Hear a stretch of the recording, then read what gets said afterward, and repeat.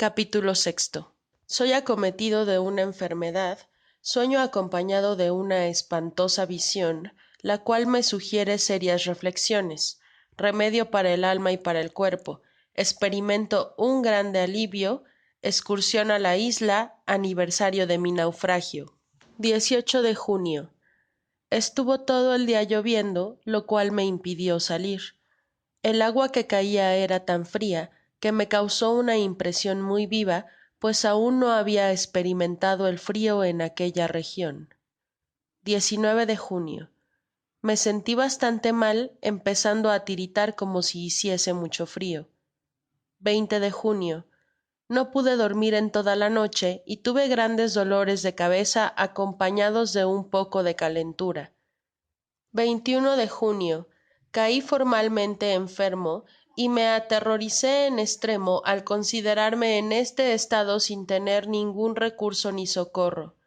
Entonces hice lo que no habia hecho sino cuando sufri el temporal á mi salida de hull.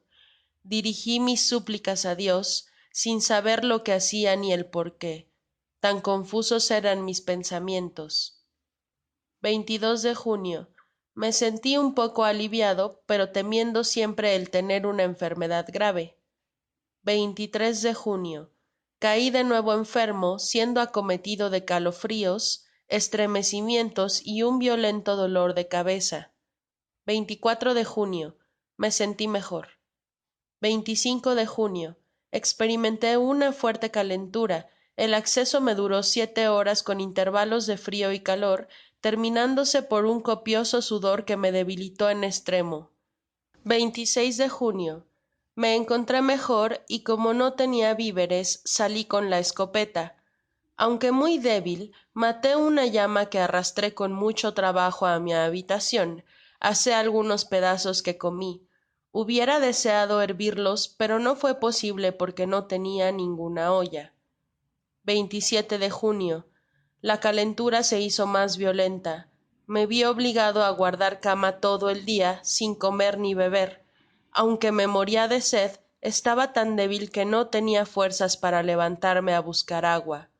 De nuevo me dirigi á Dios, mas como estaba delirando y por otra parte era tan ignorante en materia de religion, no sabia qué decir, no podia mas que exclamar: Señor, volved la vista hacia mí, tened piedad de mí. Juzgo que continué estas exclamaciones durante 2 ó 3 horas hasta la conclusion del acceso, pero no dormi hasta cerca de media noche. Cuando desperté me senti aliviado, pero muy débil. Mas como no tenia agua en mi morada, me fué forzoso aguardar á la mañana y volvi á dormirme. Entonces tuve un sueño terrible. Me parecia estar sentado en el suelo fuera de mi empalizada, en el mismo lugar en que me encontraba cuando el huracan siguió al temblor de tierra. Un hombre bajaba hacia mí, el cual estaba colocado en el centro de una espesa nube en medio de un torbellino de fuego. Esparcia á su alrededor un brillo tan deslumbrador que apenas podia mirarle. Su continente imprimia en el ánimo un inesplicable terror. La tierra, luego que sus pies la tocaron, me pareció que se estremecia como habia sucedido durante el terremoto. El aire parecia surcado de rayos. Apenas descendió sobre la tierra, se dirigió hacia mí con el semblante amenazador y armado de una larga pica, y parándose sobre una eminencia situada á algunos pasos de distancia, con voz sonora me dijo estas palabras que me causaron un espanto indecible: ya que la vista de todos tus trabajos no ha podido hacerte arrepentir, vas á morir. Después de dicho esto, creí que levantaba su lanza para herirme. Nadie es capaz de persuadirse lo que pasó en mi interior en aquel momento. Aunque no fuese mas que un sueño, fueron tan vivos los efectos que experimenté como si hubiese sido una realidad. Me es imposible pintar la impresion que me quedó cuando luego que desperté reconocí que aquello no habia sido mas que un sueño. Carecia, ay de mí, de instruccion religiosa. Las excelentes lecciones que me había dado mi padre las había olvidado después de 8 años consecutivos de una vida desarreglada, de amistades íntimas con personas incrédulas y depravadas como yo. No hago mérito de haber tenido durante todo aquel tiempo un solo pensamiento que me elevase hacia Dios. Cierto embrutecimiento sin deseo del bien, sin conciencia del mal, se había apoderado de mí. No me faltaba nada para ser un modelo de insensibilidad entre los marineros más pervertidos, no conservando ningún sentimiento de temor hacia Dios en medio del peligro, ni de ingratitud en el tiempo de mi salvación. Volviendo a lo que el lector conoce ya de mi historia, se me creerá fácilmente si añado que en las desgracias sucedidas jamás tuve, ni una sola vez, la idea de atribuirlas a la mano de Dios, que pesaba sobre mí en castigo de mis culpas, de la desobediencia hacia mi padre y de una vida culpable. Cuando estaba cautivo en África, cuando después me veía fugitivo recorriendo los mares en una situación desesperada, jamás se me pasó por la imaginación la suerte que podia caberme. Yo no había rogado á Dios que me guardase del peligro, ni de que me sacase y salvase de las manos de aquellos pueblos bárbaros y de las fieras de que me creía amenazado. La idea de un Dios, de una providencia, estaba entonces muy lejos de mi espíritu. Obraba como si hubiese sido un irracional, siguiendo solo el impulso de mi instinto. Cuando el capitán portugués, tan humano, tan caritativo, me recogió en alta mar, no experimenté más que una pequeña idea de reconocimiento. Finalmente, cuando naufragué por segunda vez y me vi en peligro de perder la vida, estaba tan lejos de pensar en arrepentirme y de ver en aquello un castigo del cielo, que me limité a decir que era un ser desgraciado y nacido para ser siempre miserable. Luego que me encontré solo sobre la ribera y el único que sobrevivió de toda la tripulación, experimenté, es verdad, una especie de éxtasis que, si Dios me hubiese ayudado con su gracia, se hubiera cambiado quizás en un acto de reconocimiento piadoso. Pero esto no fue más que un fervor pasajero. Considerándome dichoso con vivir, no atribuí esta dicha a la mano divina que me había salvado cuando todos los demás habían perecido. No pensé inquirir los motivos por los cuales la providencia me había sido tan favorable. Me parecia en esto á los marineros, que después de haber escapado de un naufragio, ahogan el recuerdo en un bol de ponche. Así habia pasado mi vida. Más tarde aún, desde que hube conocido mi posicion, arrojado sobre una tierra espantosa, privado de toda relacion con los hombres, sin ninguna esperanza de socorro ni de libertad, y que conocí la posibilidad de estar al abrigo del hambre, mi afliccion se disipó, me senti aliviado y me dediqué a cuidar de mi defensa y de mi subsistencia. Estaba bien lejos de considerar mi situacion como efecto de un decreto del cielo, como un castigo de Dios.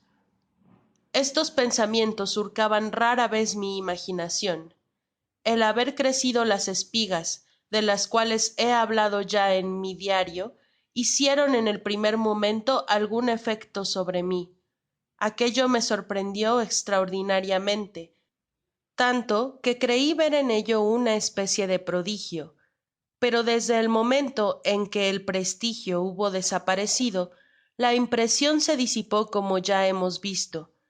Lo mismo aconteció cuando tuvo lugar el terremoto, terrible suceso, revelacion característica de ese poder invisible que dirige todas las cosas. Luego que pasó el primer susto, no me acordé mas de Dios, de sus juicios y de su accion directa sobre mi destino, como si me hubiese encontrado en la situacion mas próspera. Pero cuando caí enfermo, cuando la muerte se me presentó con su aspecto aterrador, cuando mis fuerzas empezaron a sucumbir con la violencia de la fiebre, mi conciencia adormecida tan largo tiempo se despertó. Entonces me eché en cara los desórdenes de mi pasada vida, que habían atraído sobre mí de un modo tan evidente la justicia divina y me habían entregado a su justa venganza. Estas reflexiones me oprimieron desde el segundo o tercer día de mi enfermedad. Atormentado a la vez por los accesos febriles y por los remordimientos de mi conciencia, encontré por fin para dirigirme al Ser Supremo algunas palabras que se asemejaban a una súplica. Esta no iba acompañada de deseos y esperanzas, sino más bien era el grito del espanto y de la angustia. Mis ideas eran confusas, mis remordimientos en extremo punzantes. El horror que me inspiraba el morir en aquel miserable estado turbaba mi imaginación. No sabía de cierto lo que mi lengua articulaba, pero debía ser alguna exclamación parecida a esta: Dios mío, qué criatura tan miserable soy. Si continúa mi mal, moriré falto de cuidados. ¿Y qué será de mí? Entonces empezaron a correr mis lágrimas sin que pudiese añadir una sola palabra más. En este intervalo recordé los buenos consejos de mi padre, sobre todo su predicción, de la cual he hablado ya al principio de mi historia, que Dios no me ayudaría si persistía en mis locas ideas y que llegaría tiempo en que, privado de todo consejo, tendría ocasión de arrepentirme de haber despreciado los suyos. He aquí cumplidas las palabras de mi buen padre. No tengo nadie absolutamente que me atienda y socorra. He desconocido la voz de la providencia que me había felizmente colocado en una situación en la que podía vivir tranquilo y dichoso, pero de la cual no había querido reconocer las ventajas a pesar de los esfuerzos de mis parientes. Entonces les dejé lamentar mis locuras, y ahora yo mismo deploro las consecuencias. He rehusado el socorro que me ofrecían para entrar en el mundo, y hoy tengo que combatir las dificultades que la misma naturaleza no podría vencer. Estoy sin apoyo, sin consuelo, privado de consejos. Entonces exclamaba de nuevo: Señor, sacadme de la aflicción en que estoy sumido. Esta fue la primera oración, si así puede llamarse, que hice después de muchos años. Pero volvamos a mi diario. 28 de junio. Un poco aliviado por el sueño y libre de mi acceso, me levanté. Ya sea que el recuerdo de mi horrible desvarío me persiguiese aún, reflexioné sin embargo que la calentura volvería al día siguiente y que era preciso aprovechar la calma en que me hallaba para procurarme algún sustento y alivio para cuando me encontrase peor. Lo primero que hice fue llenar de agua una gran botella y ponerla sobre la mesa al lado de la cama. Después, para quitar a esa misma agua su crudeza, le eché un poquito de rom. Tomando un pedazo de carne de llama, lo puse sobre las ascuas, pero no pude comer más que un poco. Luego salí, aunque muy débil y lleno de tristeza, temiendo la vuelta de mi enfermedad. A la noche, para cenar, asé 3 huevos de tortuga, que comí con apetito regular.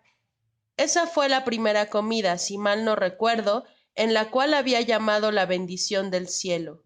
Después de haber comido, traté de dar un paseo, pero estaba tan débil que apenas podía sostener la escopeta, sin la cual nunca salía. Así anduve un corto trecho, me fui a sentar en la arena y estuve contemplando el mar en aquel instante sosegado y tranquilo. Al mismo tiempo se presentaron a mi imaginación las reflexiones siguientes: ¿qué son esta tierra y este mar de los cuales he visto tantas porciones? ¿Cómo han sido creadas? ¿Qué soy yo? ¿Qué son todas las demás criaturas racionales e irracionales, bárbaras o civilizadas? ¿De dónde hemos salido? Ciertamente somos la obra de una potestad oculta que ha creado la tierra y el mar, el aire y el cielo, pero ¿en dónde existe este poder? La respuesta era natural: es Dios, el autor de todo, Bien, mas si ha hecho todas estas cosas y las rige y gobierna como también todo lo que de ellas depende, porque el poder que ha creado debe guiar y dirigir, y si es así, nada puede acontecer en la grande esfera de sus obras sin que él lo sepa ú ordene. Y si nada sucede que lo ignore, él sabe pues que existo en este sitio en la más horrible situación, y si nada sucede sin que lo ordene, ha querido pues que todos estos males cayesen sobre mí. No encontrando ninguna oposición a aquellas objeciones, concluí juzgando que Dios había permitido todo lo que me había sucedido, y que si había llegado a aquella deplorable situación era por orden suya, pues no solo era dueño de mi suerte, sino también de todo lo creado. A esto se siguió la reflexión siguiente: ¿por qué Dios ha obrado así conmigo? ¿Qué he hecho para merecer este castigo? La conciencia me detuvo en este examen de repente, como si hubiese blasfemado. Me pareció oír una voz que gritaba desde mi interior: desgraciado, preguntas lo que has hecho, examina tu vida pasada tan mal empleada y pregúntate al contrario lo que has dejado de hacer. Demanda a ti mismo por qué no has sido aniquilado después de tanto tiempo. ¿Por qué no te ahogaste en la rada de Yarmouth?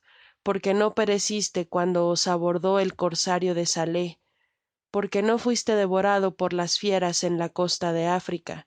En fin, porque has sido él solo perdonado en el naufragio sufrido en esta misma costa. ¿Y tú preguntas lo que has hecho?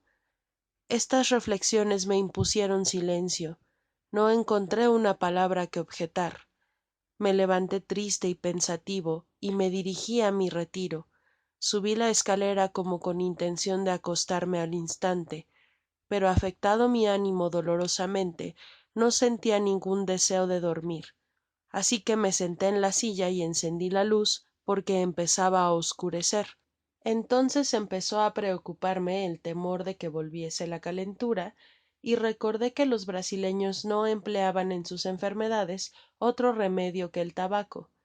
Justamente tenía en un cofre un rollo ya preparado y una partida que estaba aún verde.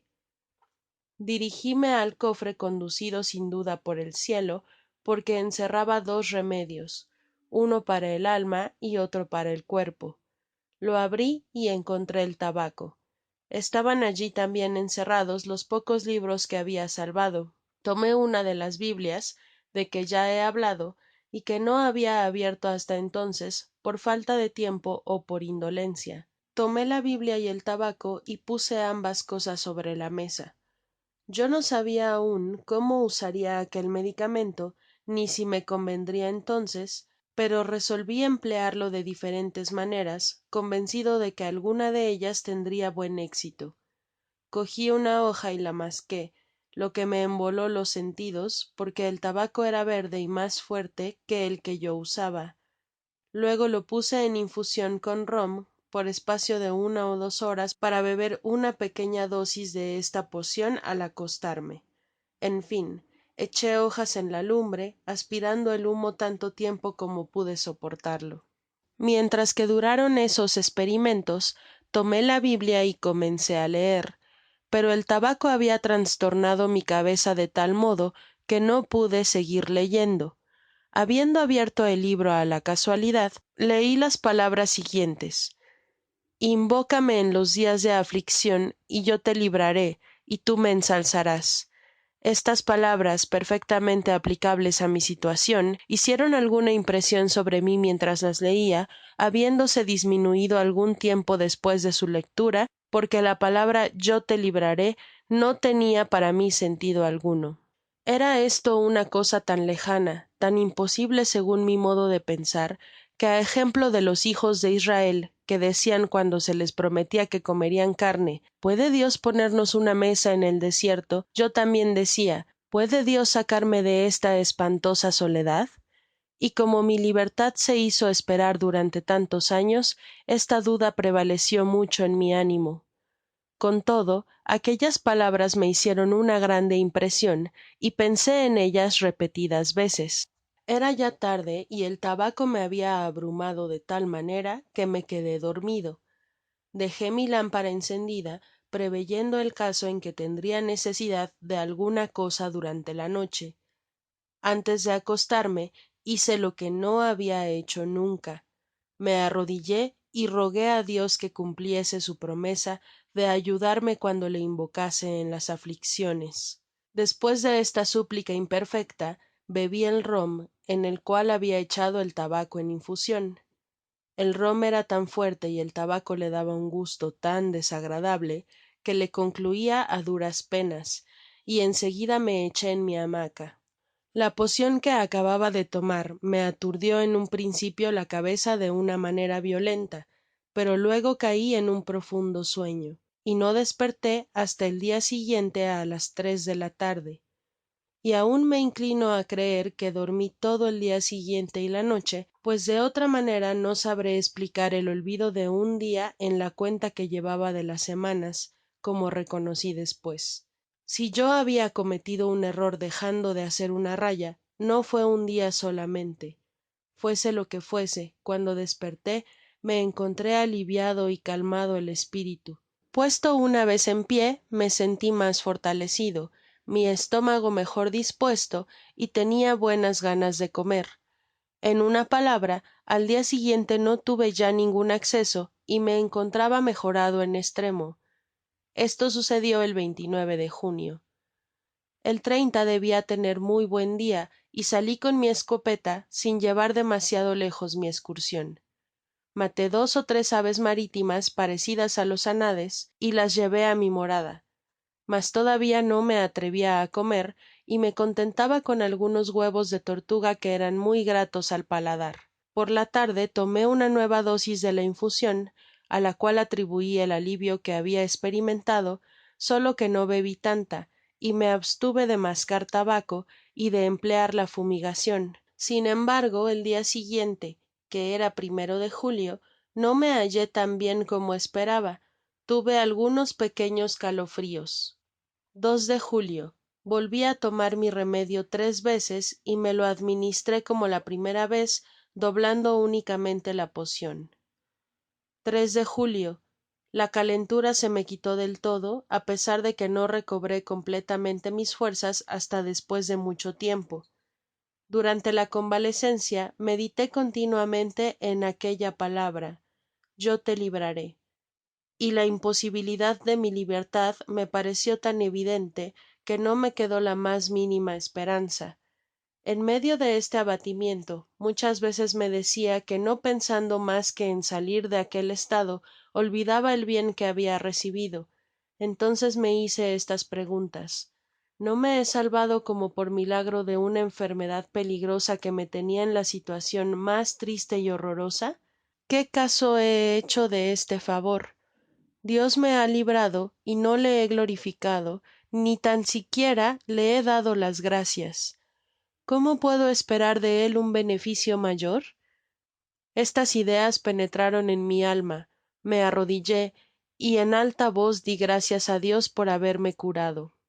De julio. Por la mañana cogí la biblia y empecé á leer el Nuevo Testamento.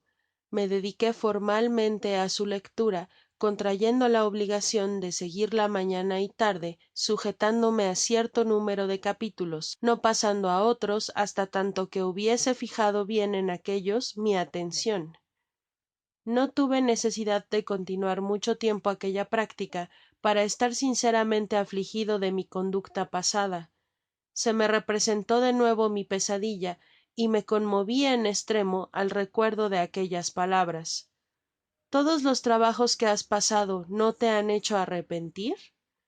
Supliqué á Dios fervorosamente que me inspirase un arrepentimiento sincero, cuando por un acaso providencial leí en las sagradas escrituras el pasaje siguiente: él es proclamado príncipe y salvador, es el que da el arrepentimiento y el perdon. Entonces dejé el libro, y alzando las manos al cielo, exclamé en un transporte de alegria: Jesús, Hijo de David, príncipe y sublime Salvador, concédeme el arrepentimiento.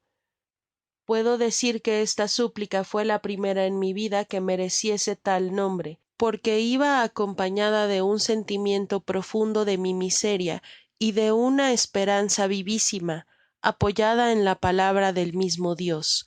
Desde aquel momento empecé á esperar que no desoiria mis súplicas. El pasaje invócame y te libraré me parecia entonces que encerraba un sentido que yo no habia hasta aquel instante percibido. Antes ninguna idea tenia de otra clase de libertad que la de ser arrancado de mi cautividad, porque aunque estuviese en un lugar vasto y de mucha estension, no dejaba de ser para mí una prision, tomándolo en el sentido peor.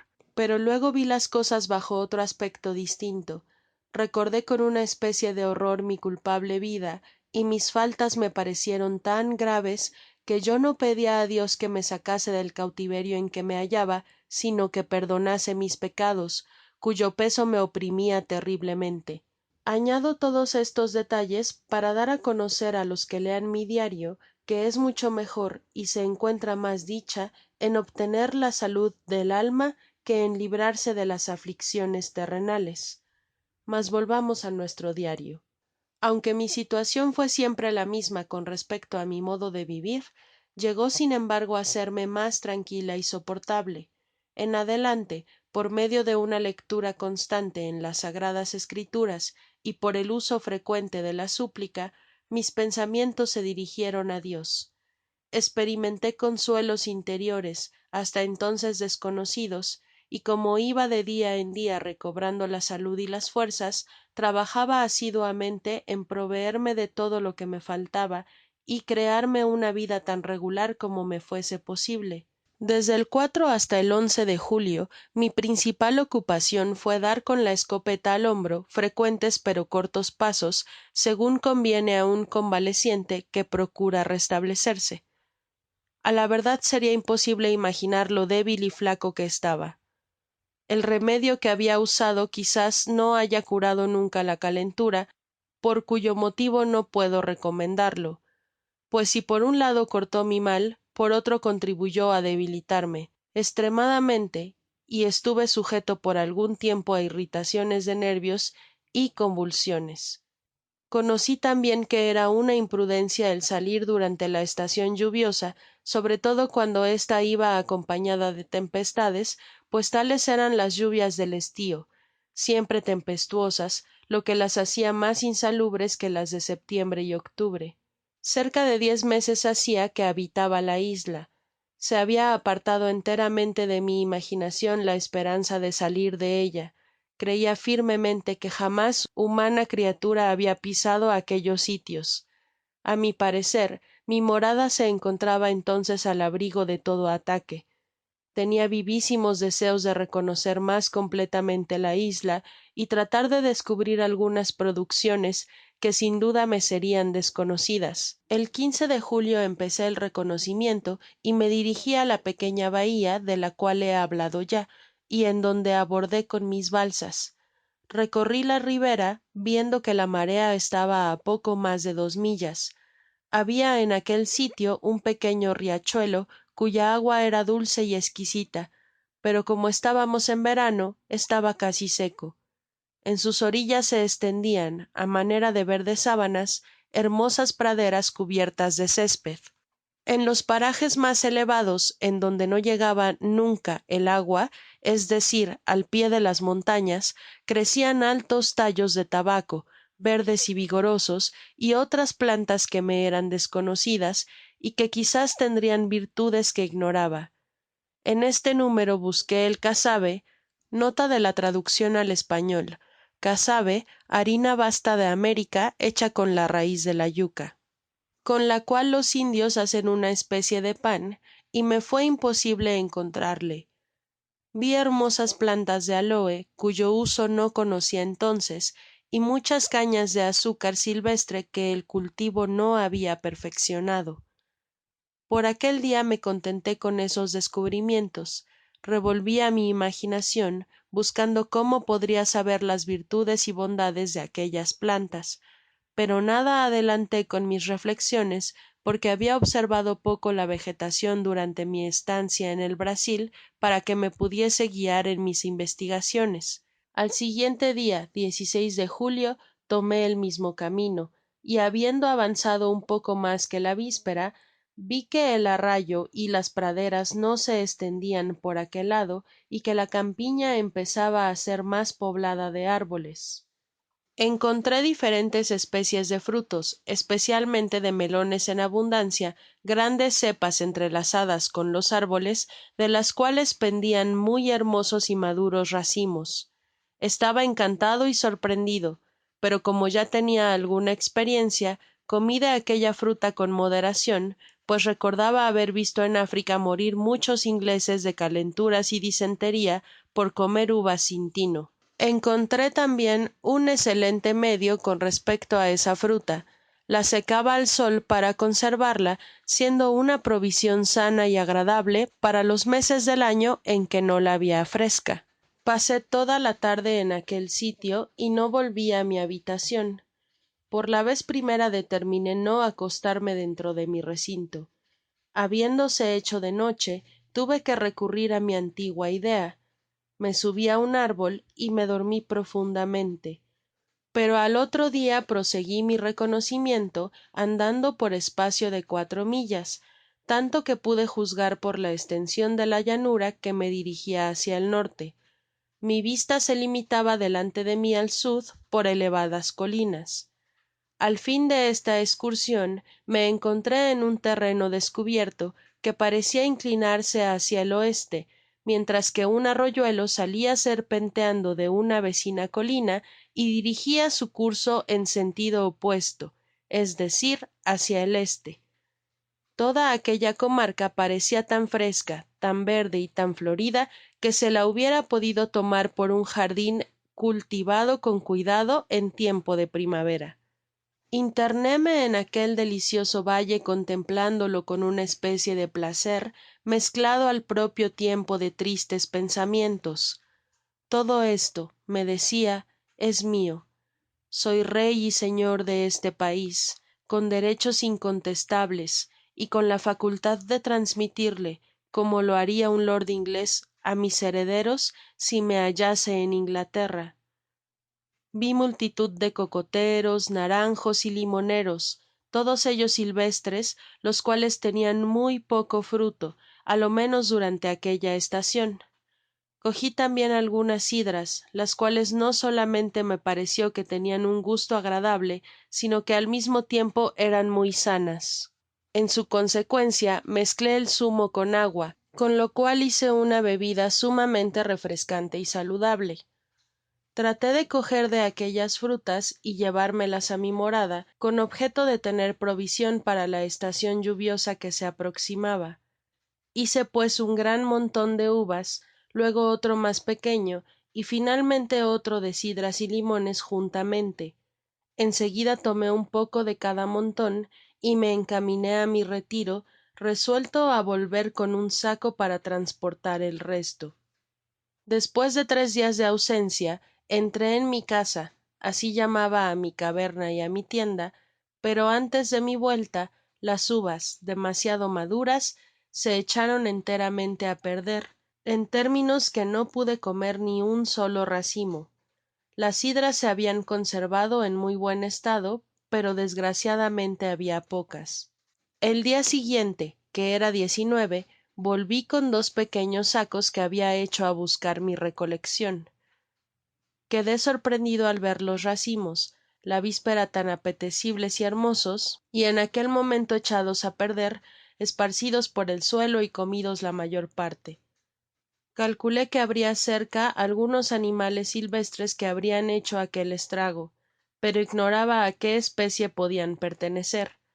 Mientras tanto, viéndome en la alternativa de dejar la fruta abandonada ó llevármela en el saco, y que en un caso como habia de ir apretada se aplastaria y en el otro se destruiria completamente, escogi otro medio. Arranqué una gran cantidad de racimos y los colgué de las ramas de los árboles con el objeto de que el sol los secase.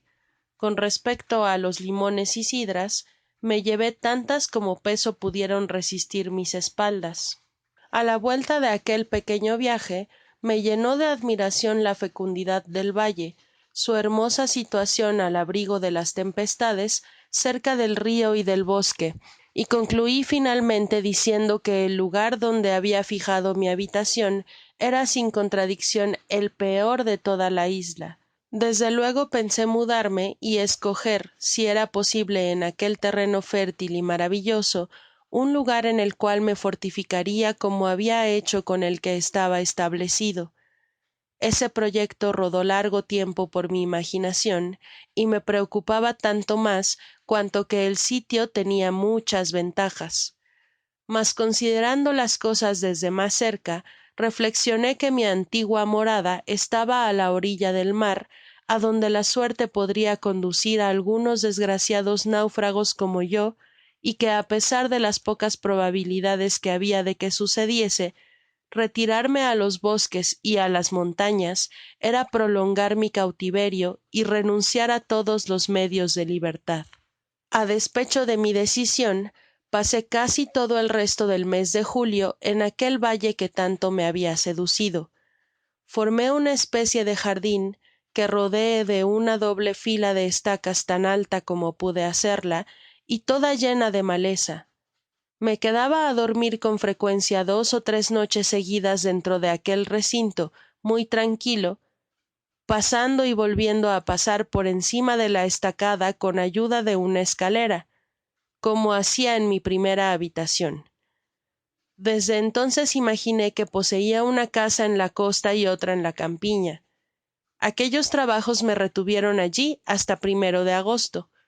Acababa de terminar mi cercado y empezaba á gozar de mi obra cuando vinieron las lluvias y me obligaron á retirarme á mi antigua morada. Habia, es cierto, como en esta, una tienda perfectamente hecha, pero no estaba protegido por una colina contra las tempestades y no tenia detrás una cueva en donde pudiese guarecerme en caso de lluvias extraordinarias.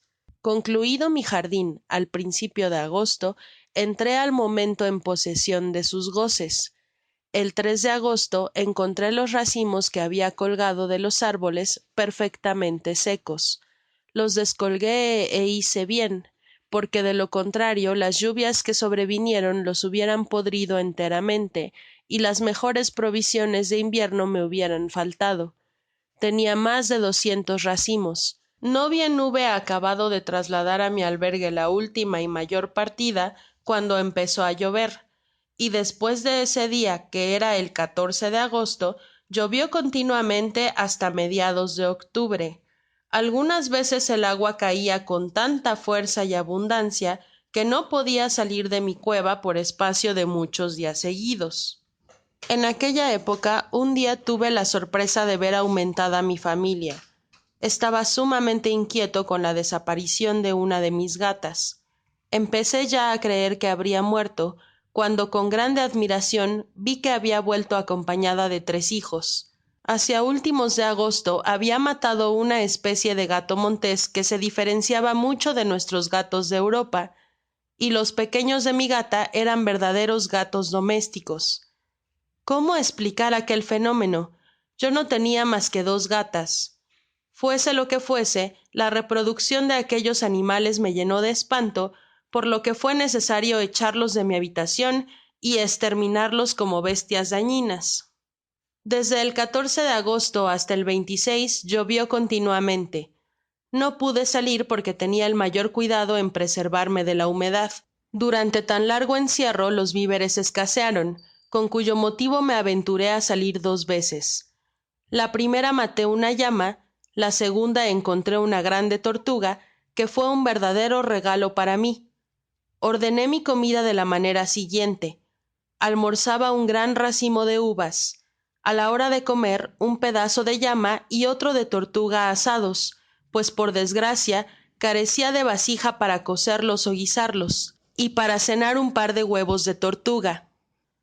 Mientras duró mi reclusión, trabajé regularmente 2 ó 3 horas cada dia en agrandar mi cueva, y profundizando siempre el costado del peñasco, llegué a horadarlo de parte en parte y á practicar una salida que estaba fuera de mi recinto. Sin embargo, á mi entender no estaba enteramente á cubierto, Si hubiese dejado las cosas en su primitivo estado, mi sistema de circunvalación hubiera sido perfecto, de modo que ya no me consideraba entonces seguro. Era á la verdad un vano temor, porque el animal mayor que habia visto en todo el tiempo que permanecia en la isla era la llama. 30 de setiembre. Llegó por fin el funesto aniversario de mi naufragio. Sumé las rayas hechas por el poste o madero y me dio por resultado que hacia 365 dias que me encontraba en aquellas regiones. Observé el aniversario como un dia de ayuno solemne, consagrándolo todo entero en prácticas religiosas, confesando mis faltas á Dios, reconociendo su divina justicia e implorando en fin su infinita misericordia en nombre de su amado Hijo. Me abstuve de comer por espacio de 12 horas hasta que se puso el sol, después de cuyo tiempo comí un poco de galleta y un gajo de uvas. Luego di fin al dia como lo habia empezado, es decir, orando, y en seguida me acosté. Hasta entonces jamás habia observado ningun domingo, porque siempre mi corazon habia carecido de sentimientos religiosos. Habia omitido al cabo de algun tiempo el señalar las semanas marcando el domingo con una raya mas larga que los dias de trabajo, de modo que no podia distinguir los unos de los otros. Pero despues de haber calculado los dias por el número de rayas y visto que estaba un año entero en la isla, dividi este año en semanas y tomé el sétimo dia para domingo. Al fin de la cuenta encontré sin embargo una equivocacion de 2 dias.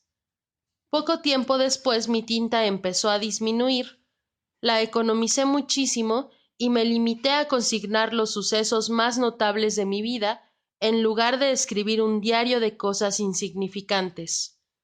Fin del capítulo 6, grabado en la Ciudad de México.